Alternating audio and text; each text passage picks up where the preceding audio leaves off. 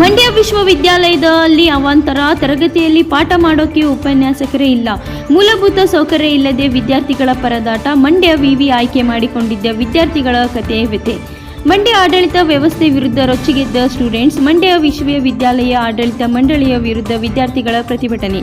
ತರಗತಿ ಬಿಟ್ಟು ಪ್ರತಿಭಟನೆಗೆ ಕುಳಿತ ವಿದ್ಯಾರ್ಥಿಗಳು. ಮಂಡ್ಯ ವಿಶ್ವವಿದ್ಯಾಲಯ ಆವರಣದಲ್ಲಿ ನಡೆದ ಪ್ರತಿಭಟನೆ. ಎನ್ಎಸ್ಯುಐ ವತಿಯಿಂದ ನಡೆದ ಪ್ರತಿಭಟನೆ 2019-2020ರಲ್ಲಿ ಆರಂಭಗೊಂಡಿದ್ದ ಮಂಡ್ಯ ವಿಶ್ವವಿದ್ಯಾಲಯ ಉಪನ್ಯಾಸಕ ಕೊರತೆ, ಕಂಪ್ಯೂಟರ್ ಲ್ಯಾಬ್, ಕುಡಿಯುವ ನೀರು ಹಾಗೆ ಅಂಕಪಟ್ಟಿ ವಿಳಂಬ ಸೇರಿ ವಿವಿಧ ಸಮಸ್ಯೆಗಳ ವಿರುದ್ಧ ವಿದ್ಯಾರ್ಥಿಗಳ ಪ್ರತಿಭಟನೆ. ಮೇಲೆ ತಳಕು ಒಳಗೆ ಉಳುಕು, ಈ ರೀತಿ ಮಂಡ್ಯ ವಿಶ್ವವಿದ್ಯಾಲಯ ಇದೆ. ಇಷ್ಟೊಂದು ದೊಡ್ಡ ಕಟ್ಟಡಕ್ಕೆ ಇದೆ, ಆದರೆ ನಮಗೆ ಪಾಠನೇ ಇಲ್ಲ. ಮಂಡ್ಯ ವಿವಿಧಗಿಂತ ಮೈಸೂರು ವಿಶ್ವವಿದ್ಯಾಲಯ ನಿಲವೇ ಬೆಸ್ಟ್. ನಮಗೆ ಮೈಸೂರು ವಿಶ್ವವಿದ್ಯಾಲಯ ಕೊಡಿ.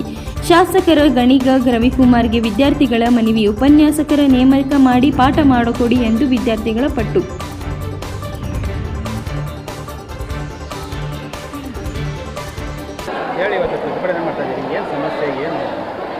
ಎಲ್ರಿಗೂ ನಮಸ್ಕಾರ.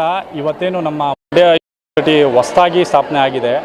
ನಾವು ಹಿಂದೆನೂ ಕೂಡ ಮನವಿ ಮಾಡ್ಕೊಂಡಿದ್ದೀವಿ, ಕೆಲವು ಸಮಸ್ಯೆಗಳು ಇದ್ದು ಅಂತೇಳಿ. ಮೂಲಭೂತ ಸಮಸ್ಯೆಗಳಿದ್ದಾವೆ. ಇವರು ಈ ಆಡಳಿತ ಮಂಡಳಿ ಇದೆ, ತುಂಬ ವರ್ಷಗಳಾಗಿದೆ ಸ್ಥಾಪನೆ ಆಗಿ ಮಂಡ್ಯ ಯೂನಿವರ್ಸಿಟಿ. ಕುಡಿಯೋ ನೀರಿನ ವ್ಯವಸ್ಥೆ ಸರಿಯಾಗಿ ಮಾಡ್ತಾಯಿಲ್ಲ. ಶೌಚಾಲಯಗಳು ನೋಡಬೇಕು. ಮಹಿಳಾ ವಿದ್ಯಾರ್ಥಿಗಳು ಯಾವ ರೀತಿ ಶೌಚಾಲಯ ಇರಬೇಕು ಅದು ಎಲ್ರಿಗೂ ಗೊತ್ತೇ ಇದೆ. ಸೊ ಮ್ಯಾಂಡೇಟ್ರಿ ಇದೆ ಕೂಡ. ಇಲ್ಲಿ ನಮ್ಮ ಸರ್ಕಾರದಿಂದ ಡೈರೆಕ್ಷನ್ ಇದೆ, ಮ್ಯಾಂಡೇಟ್ರಿ ಇದೆ. ಆದರೂ ಸರಿಯಾದ ರೀತಿ ಆಡಳಿತ ಮಂಡಳಿ ನಿಭಾಯಿಸ್ತಾ ಇರೋದ್ರಿಂದ ಇದು ಆಡಳಿತ ಮಂಡಳಿ ದುರಾಡಳಿತ.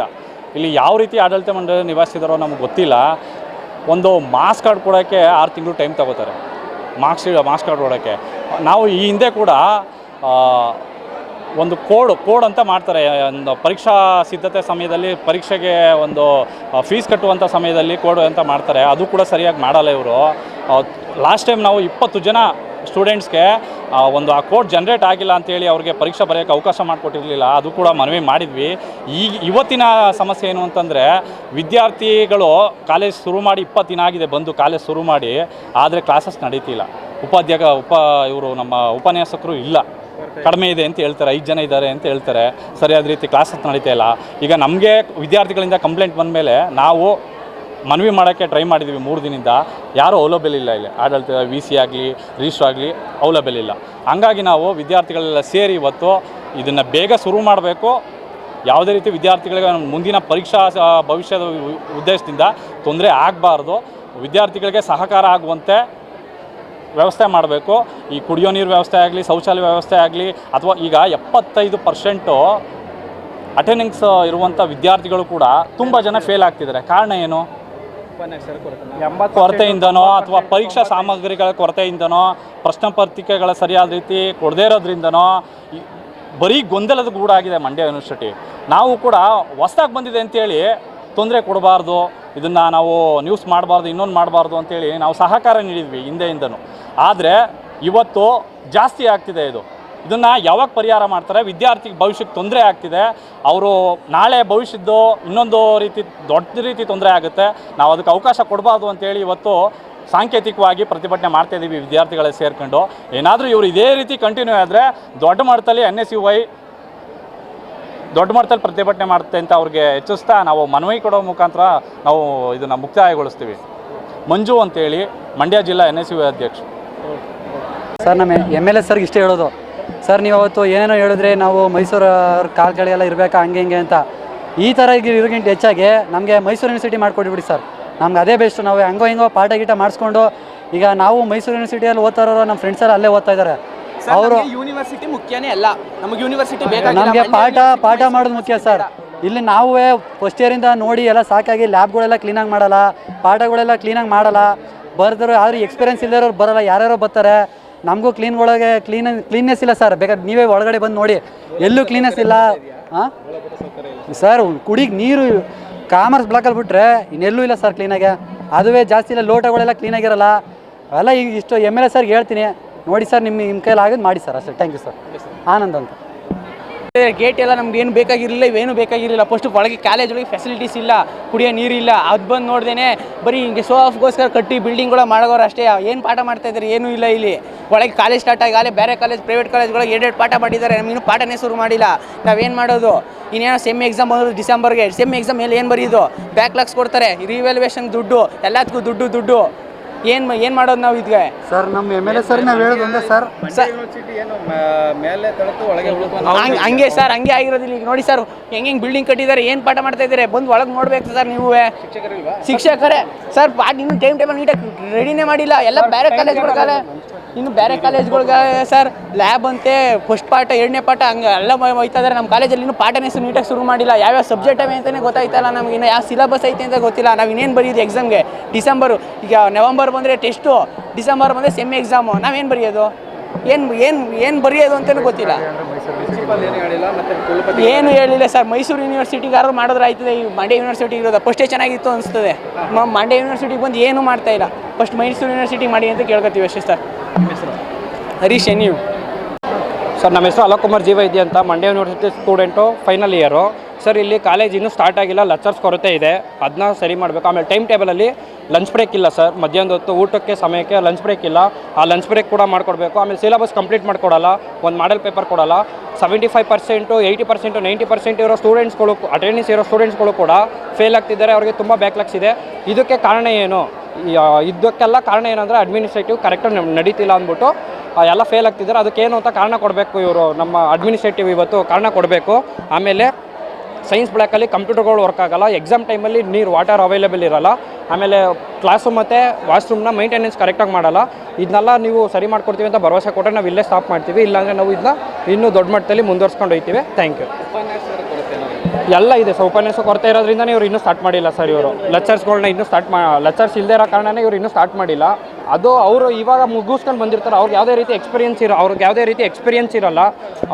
ಅಂಥವ್ರು ಬಂದು ನಮಗೆ ಪಾಠ ಮಾಡ್ತಾರೆ. ಅದರಿಂದ ನಾವು ಆಮೇಲೆ ಈಗ ಅಟ್ ಪ್ರೆಸೆಂಟ್ ಏನಂದರೆ ನಿಮಗೆ ಗೊತ್ತಿರೋ ಮಟ್ಟಿಗೆ AI ಬಂದಿದೆ. AI ಎಷ್ಟು ಜನ ಕೆಲಸನ ಕಳ್ಕೊತಾ ಇದ್ದಾರೆ ಅಂತ ಗೊತ್ತು. ಅದ್ರ ಬಗ್ಗೆ ಸ್ವಲ್ಪ ಫೋಕಸ್ ಮಾಡಬೇಕು. ಇವರು ಎಲ್ಲ ಕಟ್ ಕಾಪಿ ಪೇಸ್ಟ್ ಮಾಡ್ತಿದ್ದಾರೆ, ಅದೊಂದು ಸ್ವಲ್ಪ ಫೋಕಸ್ ಮಾಡಬೇಕು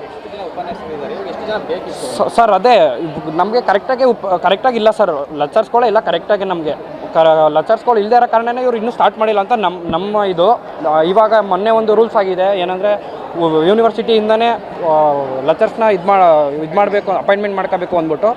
ಅದರಿಂದ ಇದನ್ನೆಲ್ಲ ನಮಗೆ ಸಾಲ್ವ್ ಮಾಡಿಕೊಡ್ಬೇಕು. ನಮ್ಮ ಭವಿಷ್ಯ ನಿಮ್ಮ ಕೈಲಿರುತ್ತೆ. ನೀವು ಹೆಂಗೆ ನಮ್ಮನ್ನ ಎಜುಕೇಷನ್ ನಮ್ಗೆ ಯಾವ ರೀತಿ ಕೊಡ್ತೀರೋ ನಾವು ಅದೇ ರೀತಿ ಫ್ಯೂಚರಲ್ಲಿ ಬೆಳಿತೀವಿ. ಅದರಿಂದ ನಾವು ಮುಂದೆ ಈ ಯೂನಿವರ್ಸಿಟಿಲಿ ಓದಿತ್ತು ಸ್ಟೂಡೆಂಟ್ಗಳು ಪವರ್ ಏನು ಅಂದ್ಬಿಟ್ಟು ತೋರಿಸ್ತೀವಿ, ಇದೇನಾರ ಸರಿ ಆಗಿಲ್ಲ ಅಂದರೆ. ಸರ್, ನಮ್ಮ ಹೆಸರು ಅಲೋಕ್ ಕುಮಾರ್ ಜೀವೈದ್ಯ ಅಂತ, Mandya university final year student. ಇದೆಲ್ಲ ಸರಿ ಮಾಡ್ಕೊಡ್ಬೇಕಂತ ಕೋರ್ಕೊತಿದ್ದೀವಿ. Thank you sir. ಅಂದರೆ ಟೀಚರ್ಸ್ ಕಡಿಮೆ ಇದ್ದಾರೆ, ಸ್ಟಾಫ್ಸ್ ಯಾರೂ ಇಲ್ಲ, ಮತ್ತು ಕ್ಲೀನ್ನೆಸ್ ಏನೂ ಇಲ್ಲ, ಕುಡಿಯೋಕ್ಕೆ ನೀರು ಸಮಸ್ಯೆ ತುಂಬ ಇದೆ. ಅದಕ್ಕೆ ಪ್ರೊಟೆಸ್ಟ್ ಮಾಡ್ತಾಯಿದ್ದೀವಿ. ಆಮೇಲೆ ಕಾಲೇಜ್ ಸ್ಟಾರ್ಟಾಗಿ 20 ದಿನ ಆಗೈತೆ, ಇನ್ನೂ ಏನು ಮೆಸೇಜ್ ಏನೂ ಇಲ್ಲ. ಅಂದರೆ ಟೀಚರ್ಸ್ ಯಾರೂ ಇಲ್ಲ, ಆಮೇಲೆ ಕ್ಲಾಸ್ ಕರೆಕ್ಟಾಗಿ ತಗೊಳ್ಳಲ್ಲ. ಅದಕ್ಕೆ ಪ್ರೊಟೆಸ್ಟ್ ಮಾಡ್ತೀವಿ. ನಿಮ್ಮ ಪ್ರಿನ್ಸಿಪಾಲ್ ಏನು ಹೇಳ್ತಾರೆ? ಇಲ್ಲ, ಇವಾಗಲೇ ಬಂದಿರೋದು. ಶಿಕ್ಷಕರ ಉಪನ್ಯಾಸಗಳು ಕೊರತೆ ಮಂಡ್ಯ ವಿವಿ ಆಗಿದೆ. ಮೈಸೂರು ಮಂಡ್ಯ ಖುಷಿಯಾಗಿ ಎಲ್ಲ ಅದ್ದೂರಿಯಾಗಿ ಎಲ್ಲ ಕಡೆ ಎಲ್ಲ ಚೆನ್ನಾಗಿದೆ. ಹಾಂ, ಬಟ್ ಇಷ್ಟೊಂದು ಸಮಸ್ಯೆ ಅಂತ ಏನು ಇದು ಡಿಪಾರ್ಟ್ಮೆಂಟ್ ನೋಡ್ಕೋಬೇಕು, ಅದಕ್ಕೆ ಪ್ರೊಟೆಸ್ಟ್ ಮಾಡಬೇಕು.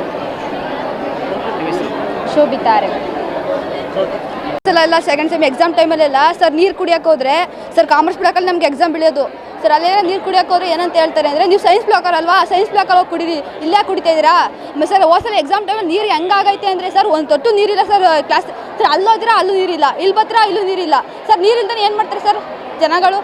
ಸರ್ ಈಗ ಸ್ಟೂಡೆಂಟ್ಸ್ಗಳೇ ಸರ್, ಪ್ರತಿಯೊಬ್ಬರು ಸ್ಟೂಡೆಂಟ್ಸ್ಗಳು ಇರ್ತಾರಲ್ವಾ ಸರ್. ಈಗ ಲ್ಯಾಬ್ಗಳ ಬಗ್ಗೆ ಬಂದರೆ ಸರ್, ಹೋಸಲೆಲ್ಲ ನ್ಯೂಸ್ ನಡೀತು ಸರ್, ಲ್ಯಾಬು ಎಲ್ಲ ಫೆಸಿಲಿಟೀಸ್ ಚೆನ್ನಾಗೈತೆ ಅಂತ ಸರ್. ಈಗ ಒಂದು ಲ್ಯಾಬಲ್ಲಿ ಒಂದು 25 ಸಿಸ್ಟಮ್ಸ್ ಐತೆ ಅಂದರೆ ಸರ್, ಅದರಲ್ಲಿ ಒಂದು 10 ಸಿಸ್ಟಮ್ ಅಂತೂ ಹಾಳಾಗವೆ ಸರ್. ಅದು ಯಾರು ಬಂದು ನೋಡೂ ಇಲ್ಲ, ಏನೂ ಇಲ್ಲ ಸರ್. ಮತ್ತು ಅದರಲ್ಲಿ ಒಂದು ಲ್ಯಾಬ್ಗೆ ಒಂದು 30 ಜನ ಡಿವೈಡ್ ಮಾಡ್ತಾರೆ. 30 ಜನ ಡಿವೈಡ್ ಮಾಡಿದಾಗ ಸರ್, ಅದ ಏನು ಮಾಡ್ತಾರೆ ಅಂದರೆ ಅದರಲ್ಲಿ 10 ಸಿಸ್ಟಮ್ ಒಂಟೆ ಆಗವೆ ಸರ್. ಅದ ಡಿವೈಡ್ 15 ಸಿಸ್ಟಮ್ ಏನು ಮಾಡ್ತಾರೆ ಸರ್ ವರ್ಕು ಸರ್. ಒಬ್ಬರು ಇಂಡಿವಿಜುವಲಾಗಿ ಬಂದರೆ ತಾನೇ ಏನಾರು ಕಲಿಯೋಕ್ಕೆ ಸಾಧ್ಯ ಆಗೋದು ಸರ್. ಈಗ OCML ಸರ್ ನಮಗೆ ಸಿಲೆಬಸ್ಸು 3 ಸಬ್ಜೆಕ್ಟ್ ಇದು ಸರ್. ಅದರ ಒಂದು 2 ಯೂನಿಟ್ ಮಾಡೇ ಇಲ್ಲ ಸರ್. ಈಗ ಮೇಯ್ನ್ ಮುಂದಕ್ಕೆ ಬೇಕಾಗಿರೋದು ಅದ್ರ ರಿಲೇಟೆಡ್ ಆಗಿರ್ತದೆ ಸರ್. ಮುಂದೆ ಬಂದು ಏನು ಕಲಿಯೋದು ಈ ಸೆಕೆಂಡ್ ಇಯರಲ್ಲಿ ಸರ್. ಈಗ ಬಂದರೆ ಈಗ ಥರ್ಡ್ ಸೆಮ್ಮಲ್ಲಿ ಬಂದರೆ ಈಗ ನಮಗೆ 4 ಸಬ್ಜೆಕ್ಟ್ ಐತೆ, ಅದರಲ್ಲಿ 2 ಸಬ್ಜೆಕ್ಟ್ ಪಾಠ ನಡೀತಿರೋದು, ಇನ್ನೆರಡು ಪಾಠದ್ದು ಇದು ಏನು ಅಂತಲೇ ಗೊತ್ತಿಲ್ಲ ಸರ್ ನಮಗೆ ಸಬ್ಜೆಕ್ಟ್ ಬಗ್ಗೆ.